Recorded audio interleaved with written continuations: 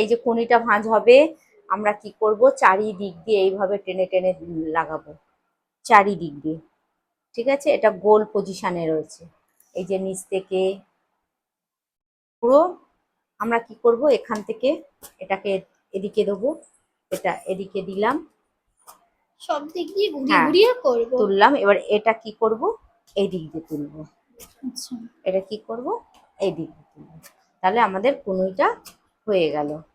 লোমটা কোন দিকে আছে, ওপরের দিকে।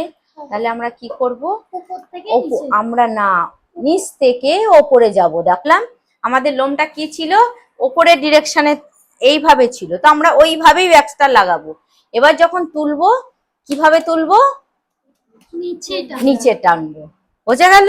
এবার আমরা তুলবো, নিচে টানবো।